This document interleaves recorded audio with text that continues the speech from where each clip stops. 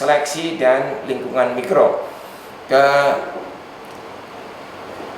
Seleksi oleh pemulia tanaman dilakukan berdasarkan pada fenotip atau keragaan.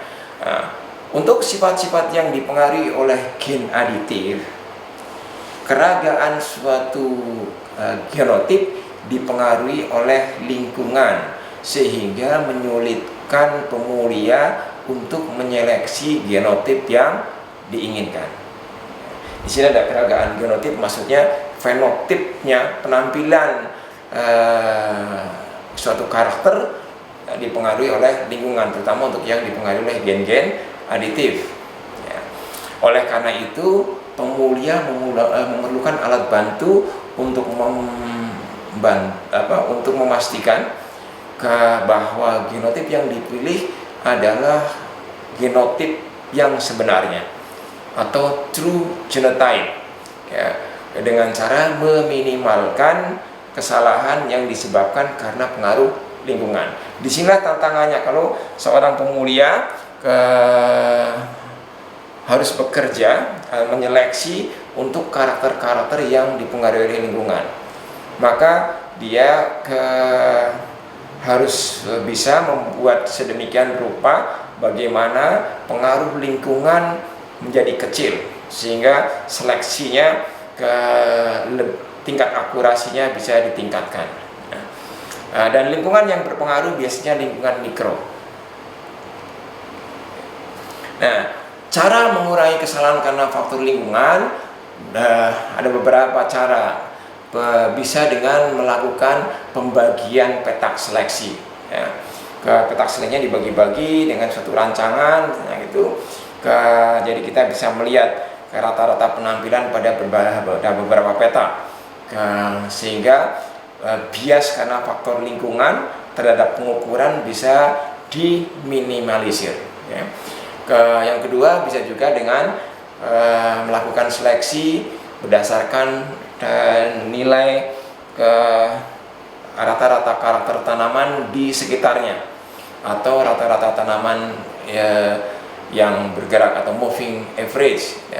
Kemudian bisa juga dengan menggunakan tanaman pembanding, dan yang lebih penting lagi adalah menggunakan analisis seragam untuk menghitung nilai minnya mana yang lebih baik, nilai rata-ratanya, kemudian dipilih berdasarkan hasil analisis ragamnya.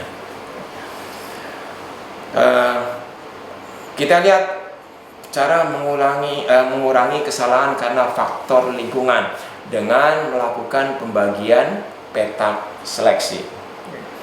Caranya adalah lahan yang digunakan untuk seleksi, kalau biasanya lahan yang digunakan itu heterogen, tidak sama kondisinya antara bahkan dalam satu lokasi antara blok 1, blok 2 dan sebagainya biasanya tidak sama. Semakin luas lahan maka semakin heterogen kondisinya, dan tentu saja mempengaruhi pertumbuhan tanaman. Untuk memperkecil kesalahan, petak percobaan tersebut bisa dibagi-bagi menjadi petak-petak kecil yang homogen, sehingga tanaman akan terwakili pada petak yang baik atau yang jelek. Kemudian bisa dilihat nilai rata-ratanya. Kalau kita menggunakan analisis statistik, maka walaupun kondisinya berbeda-beda akan bisa diperhitungkan pengaruhnya terhadap tanaman untuk kemudian kita bisa menilai sebenarnya rata-rata penampilan pada kondisi yang heterogen ini seperti apa. Jadi pengaruh karena faktor lingkungan bisa dikurangi. Cara yang kedua adalah melakukan seleksi atas dasar rata-rata karakter tanaman di sekitarnya. Pengaruh lingkungan mikro dalam hal ini dapat dikurangi dengan cara membandingkan ukuran fenotip suatu tanaman dengan rata-rata tanaman yang tumbuh di sekitarnya. Kalau kita punya tanaman, apalagi kalau tanamannya sama yang seharusnya umurnya sama, diperlakukan sama, kok kesuburannya habis sama namanya kok berbeda, berarti ada pengaruh lingkungan mikro yang berbeda. Ya. Nilai yang digunakan adalah nilai relatif genotip. Ya. Tanaman yang mempunyai nilai relatif tinggi dapat dipilih untuk dimuliakan pada generasi lebih lanjut. Kemudian yang ketiga adalah mengurangi kesalahan karena faktor lingkungan menggunakan genotip pembanding. Ini dilakukan terutama pada tanaman menyerbuk sendiri. Dalam hal ini galur-galur yang diseleksi dapat ditanam berdampingan dengan genotip pembanding karena resiko penyerbukan silang rendah. Kalau kita memuliakan tanaman menyerbuk sendiri, maka kita tidak perlu khawatir kalau tanamannya beda galur tetap ditanam berdekat-dekatan, karena persentase atau kemungkinan terjadinya penyerbukan silang alami sangat-sangat rendah pada tanaman menyerbuk sendiri. Ya. Genotip pembanding merupakan genotip yang homozigot, bisa berupa galur murni, tetuanya, atau varietas yang sudah ada. Untuk tanaman menyerbuk silang, kalau kita akan menggunakan genotip pembanding, maka harus ditanam dengan jarak yang lebar atau berjauhan untuk menghindari terjadinya penyerbukan silang antar galur-galur yang sedang dievaluasi. Karena pada jagung misalnya adalah tanaman menyerbuk silang, dia sudah saatnya serbuk sari matang, dia akan berterbangan kemana-mana, bisa terjadi penyerbukan antar galur, karena secara alami memang jagung tanaman menyerbuk silang. Alternatif lain mengurangi kesalahan karena faktor lingkungan adalah menggunakan analisis seragam atau analisis of varian. Dan seleksi dilakukan dengan menanam galur-galur menggunakan rancangan percobaan. Dan pada suatu rancangan percobaan, kesalahan dapat diperkecil menggunakan ulangan. Ulangan 3 ulangan, ulangannya 3, ulangannya 4, atau seberapa. Semakin banyak ulangannya, semakin baik. Jadi seleksi diperlukan ulangan dalam penanaman genotip bahan seleksi. Seleksi didasarkan pada hasil analisis sidik ragam atau analisis varian, dan cara ini dapat dilakukan apabila pemulia tanaman mempunyai benih yang cukup untuk kegiatan seleksi.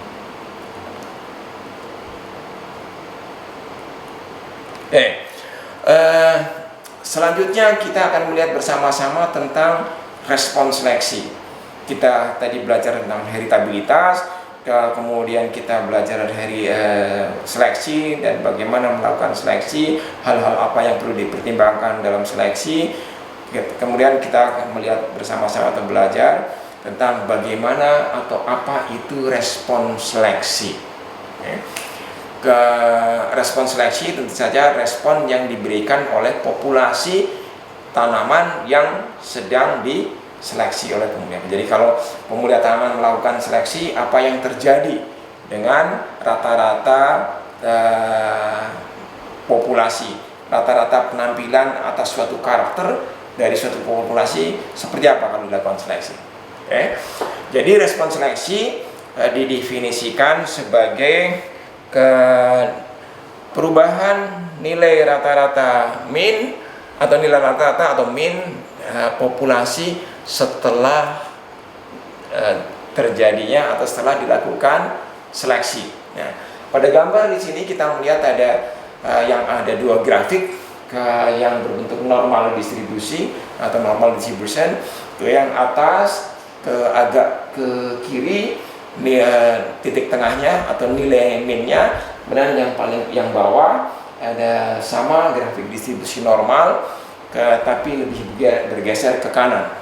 Ya, di dalam kotak ini ada R sama dengan H kuadrat S besar. Ya, R itu adalah respons seleksi, ke H kuadrat itu adalah nilai heritabilitas, kemudian S besar adalah diferensial seleksi atau seleksi diferensial.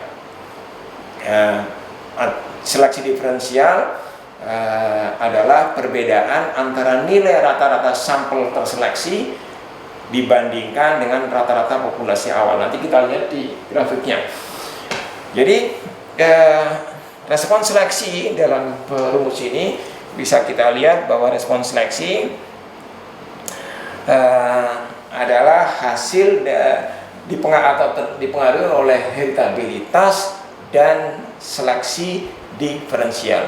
Seberapa besar nilai respons seleksi, seberapa besar nilai R sangat ditentukan oleh seberapa besar heritabilitasnya dan seberapa besar seleksi diferensialnya. Seleksi diferensial, mari kita lihat. Seleksi diferensial definisinya adalah perbedaan antara nilai rata-rata sampel terseleksi. Kalau kita lihat yang di atas itu yang ada di ujung kanan, ya, kalau di distribusi normal di paling kanan ini yang di highlight abu-abu, diwarnai abu-abu, itu diasumsikan adalah populasi yang diseleksi, ya, ekstrim kanan. Kalau melakukan seleksi biasanya kalau yang kiri adalah yang nilainya tidak bagus, yang di tengah nilai rata-ratanya, kemudian yang kanan nilai bagus-bagus. Nah, seleksi tentu saja kalau itu misalnya dari hasil, ketahanan terhadap sesuatu atau karakter yang lain, maka dipilih yang di sebelah kanan. Tentu saja pilihnya tidak banyak sekali, misalnya sekian persen dipilih dari populasi. Nah, nilai rata-rata itu kalau di misalnya daya hasil, kemudian kalau dari setiap individu yang terpilih dihitung nilai daya hasilnya kemudian dirata-ratakan, itu adalah X2. Ya, X2 itu adalah nilai rata-rata dari populasi terpilih. Nah, kalau kemudian di sini ada X1. X1 adalah nilai min dari populasi awal, nilai rata-rata dari populasi awal. Nah, X2 dikurangi X1 atau perbedaan antara X2 dan X1, karena nilai rata-rata di X2 mestinya harus lebih tinggi daripada nilai rata-rata populasi awal. Ya, perbedaan itu namanya S, seleksi diferensial atau differential selection. Jadi mestinya bisa dihitung karena X rata-rata juga angka, X1 juga angka, heritabilitas juga angka antara 0 sampai 1 atau 0 sampai 100%, sehingga mestinya R besar respons seleksi juga bisa dihitung, ya. Oke, kita lihat lagi. Nah, kalau saya pilih, setelah dipilih dari populasi pertama, populasi awal itu dipilih yang tadi diwarnai abu-abu, dipilih dengan rata-ratanya X2, dipilih kemudian ditanam lagi pada menjadi generasi kedua, ya, menjadi generasi kedua ditanam, tentu saja karena ini juga beberapa biji ditanam, maka akan menghasilkan populasi lagi. Nah, kalau di gambar bisa lihat bahwa yang populasi awal itu initial population, grafiknya untuk suatu karakter itu seperti bentuk normal atau bell shape atau bentuk lonceng. Kalau kemudian yang dipilih kemudian ditanam lagi, mestinya juga harus menghasilkan data grafik yang sama untuk karakter tersebut. Tapi nilai rata-ratanya mestinya harus sudah bergeser, karena pada populasi awal, pada initial population yang dipilih adalah yang bagus-bagus. Kalau yang bagus-bagus itu ditanam, maka akan bagus juga mestinya hasilnya. Dengan asumsi seleksinya bagus, bisa memilih true genotype, pengaruh lingkungan sudah sangat kecil. Nah, kalau sudah ditanam menghasilkan data dan kemudian di grafik, akan kelihatan bahwa ada pergeseran nilai rata-rata pada progeny population, pada populasi keturunan. Tidak setinggi X2 lagi karena mesti akan menyebar lagi, tapi juga mesti lebih tinggi dari nilai rata-rata populasi awal X3 ya. Ke X3 atau X rata-rata 3 adalah nilai rata-rata untuk karakter yang sedang kita teliti dari populasi keturunan atau dari progeny populasi, dari progeny ke population. Nah, perbedaan rata-rata X3 terhadap X1 terhadap populasi awal, itulah yang disebut, yang diistilahkan dengan R besar, respon seleksi. Jadi respon seleksi adalah seberapa besar pergeseran nilai X dari populasi awal X1 menjadi populasi selanjutnya X3, pergeserannya seberapa besar, itu adalah nilai R gitu. Jadi ini yang disebut dengan respon seleksi. Kita melihat bahwa seberapa pergeserannya akan sangat tergantung heritabilitas. Kenapa demikian? Karena kalau heritabilitasnya tinggi, maka seleksinya lebih mudah, karena what you see relatively what you get. Pemulia mudah sekali melakukan seleksi dengan kemungkinan salah pilih itu kecil. Maka kalau yang dipilih sudah bagus, mesti itu diyakini pengaruh lingkungannya kecil. Ditanam lagi juga mestinya bagus. Lain lagi kalau heritabilitasnya kecil, ya, kemungkinan sekali ke pemulia sulit sekali melakukan seleksi mana yang betul-betul secara genetik, mana yang karena pengaruh lingkungan yang besar. Jadi kalau heritabilitasnya kecil, biasanya R rata-rata X3-nya tidak akan bergeser kalau kelewat banyak, mesti akan lebih sempit lagi mendekati X1 rata-rata. Jadi kemajuan seleksinya mesti akan lebih kecil karena nilai R-nya kecil, karena perbedaan antara X3 ke X1 kecil. Kenapa demikian? Karena heritabilitasnya kecil. Ya, dari logika juga masuk, dari rumusnya juga masuk. Baik, kemudian tentang intensitas seleksi atau I sama dengan S dibagi P. P ada tanda theta gitu ya. Huruf Romawi.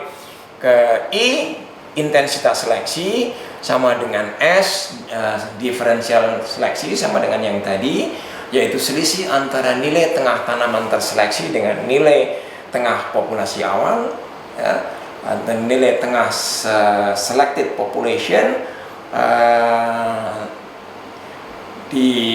terhadap nilai tengah initial population. Kemudian P atau standar deviasi simpangan baku populasi awal. Tetapi jadi dengan memasukkan formula bahwa S sama dengan R, S sama dengan R dibagi H, karena R tadi H kali kuadrat, karena R sama dengan H kali S, karena R sama dengan heritabilitas kali seleksi diferensial, maka S sama dengan kemajuan seleksi dibagi heritabilitas. Maka nilai intensitas seleksinya kita bisa melihat, bisa menghitung nilai intensitas seleksinya menjadi I yang tadinya sama dengan S dibagi theta P, ya, ke standar deviasi simpangan baku populasi awal, maka menjadi R dibagi H kuadrat, R respon seleksi dibagi heritabilitas dibagi lagi dengan standar deviasi populasi awal, maka I sama dengan R dibagi ke heritabilitas kali standar deviasi populasi awal, dan seterusnya, sehingga nilai R bisa dikalkulasikan, dibuat rumus turunan. R sama dengan intensitas seleksi kali heritabilitas kali simpangan baku populasi awal. Ya, jadi kalau saya punya populasi, tahu sebaran datanya, rentang datanya seperti apa, sebarannya seperti apa, saya bisa menghitung standar deviasi untuk karakter tersebut, nilainya seberapa. Kalau saya tahu heritabilitasnya, karena tadi juga sudah menghitung, sudah belajar bagaimana menghitung nilai heritabilitas, ya, ragam genetik dibagi ragam fenotip, atau ragam aditif dibagi ragam fenotip, kita bisa menghitung heritabilitas. Ya, I-nya juga ketemu karena I sama dengan seleksi diferensial dibagi standar populasi awal, maka kita bisa menghitung respons relasinya. Atau dibolak-balik tergantung mana yang kita ingin menghitung. Kita ingin menghitung R-nya atau ingin menghitung I-nya, atau bahkan sebenarnya kita ingin menghitung heritabilitasnya.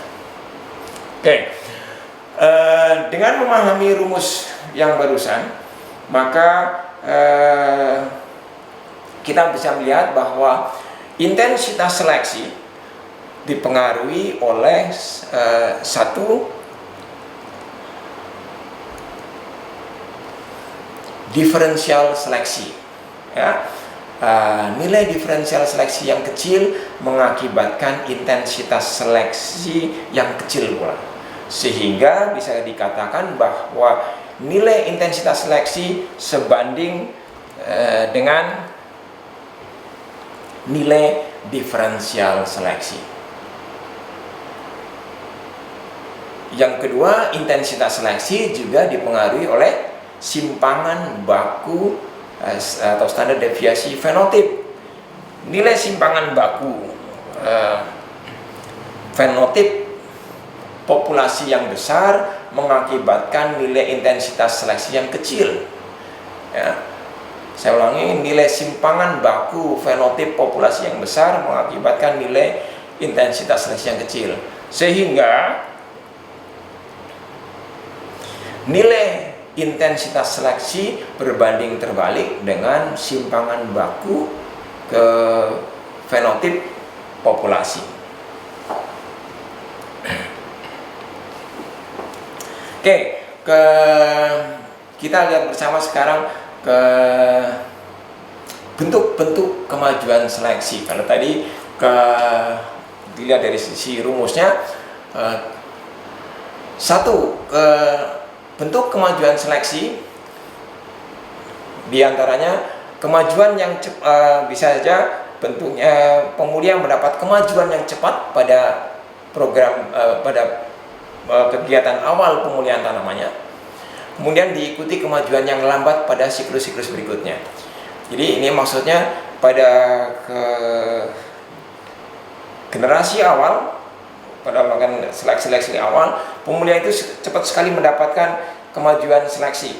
Jadi kalau dia melakukan seleksi terhadap hasil, seleksi pertama kesekian dia mendapat galur-galur yang cepat sekali progresnya. Beberapa galur seleksi berikutnya daerahnya tinggi terus dari galur-galur yang diperoleh. Tapi pada berikutnya sudah tidak ada kemajuan lagi.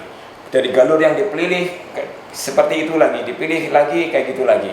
Ini yang pola yang pertama. Yang kedua, kemajuannya lambat pada awal generasi seleksi, tapi mantap pada siklus-siklus lanjut. Jadi pada generasi awal seleksi, setiap kali dilakukan seleksi tidak banyak kemajuan daya hasil. Kalau itu daya hasil misalnya, seleksi lagi tidak naik, tidak lagi dipelajari, galur lagi dipilih, galurnya sama semua. Ada 5 galur misalnya, setelah daya hasil sama, ditanam lagi kayak gitu lagi, tanam lagi gitu lagi. Tapi justru pada generasi lanjut, seleksi dilakukan ternyata malah baru kelihatan, kelihatan daya hasilnya naik. Ini yang naik terus setiap kali. Nah, bisa polanya seperti itu. Lambat di awal, kemudian cepat respons seleksinya signifikan pada generasi seleksi lanjut. Bisa juga pemulia mendapatkan kemajuan lambat pada awal seleksi generasi, kemudian habis itu tidak ada sama sekali kemajuan. Jadi sangat mungkin sekali itu juga terjadi. Jadi sudah dari awalnya juga respons seleksinya juga rendah, habis itu malah juga tidak ada kemajuan sama sekali. Ya. Ini pentingnya melakukan seleksi dengan mengetahui karakter-karakter yang akan diseleksi. Heritabilitasnya seperti apa, kemudian bagaimana cara melakukan seleksi yang terbaik, tandem selection atau truncation selection atau yang lain, ya. Respon yang dihasilkan oleh pemulihan yang keempat bisa saja sangat sedikit pada awal dan sama sekali di belakang, di generasi lanjut juga tidak ada respons lagi sama sekali. Artinya dari persilangan yang dilakukan seleksi juga tidak ada peningkatan karakter pada keturunannya, tidak lebih baik dari tetuanya, sangat mungkin. Yang kelima adalah sangat mungkin pemulia dihadapkan pada saat melakukan seleksi, dihadapkan pada penambahan yang cepat pada awal generasi seleksi, kemudian dilanjutkan lagi. Pada saat dilanjutkan lagi tidak ada kemajuan, kemudian selama beberapa generasi seleksi kemudian dilanjutkan lagi, ternyata masih ada peningkatan dalam hal respon seleksi, dan disusul tidak ada kemajuan lagi lah, seterusnya dan sebagainya. Sehingga kalau sudah seperti itu, kalau tidak ada kemajuan lagi, itu saatnya seleksi dihentikan, karena responnya dari generasi ke generasi sudah tidak ada lagi, hanya sudah mapan segitu saja, gitu ya. Sebagai penutup, adik-adik semua bisa melihat juga di YouTube, karena di YouTube juga banyak sekali materi-materi kuliah yang bisa digunakan sebagai reference, dan tentu saja masih harus dirujuk ke pustaka yang bisa dipertanggungjawabkan kesahihannya. Ya, bisa dilihat di sini, adik-adik bisa melihat di video ke Heritability, ada alamat URL-nya https://youtube.com watch dan seterusnya. Juga tentang heritability dan selection, adik-adik bisa melihat di https://youtube.com dan seterusnya. Itu yang bisa saya share bersama adik-adik semua. Terima kasih banyak atas perhatiannya. Terima kasih telah mengikuti kuliah saya dengan baik. Sekali lagi mengingatkan, ini sudah kuliah yang tatap muka kuliah yang ke-7, sehingga minggu depan mestinya UTS nih. Jadi saya harapkan, saya mengingatkan, dibaca lagi kuliah dari materi 1, 2, 3, 4, 5, 6, 7, tidak hanya untuk mata kuliah pemulihan tanaman, tapi juga mata kuliah yang lain yang Anda semua sedang ambil untuk semester ini. Doa saya adik-adik semua tetap sehat, ya, jaga kesehatan, 3M, rajin cuci tangan, jaga jarak, dan pakai masker, ya. Salam sehat, terima kasih. Assalamualaikum warahmatullahi wabarakatuh.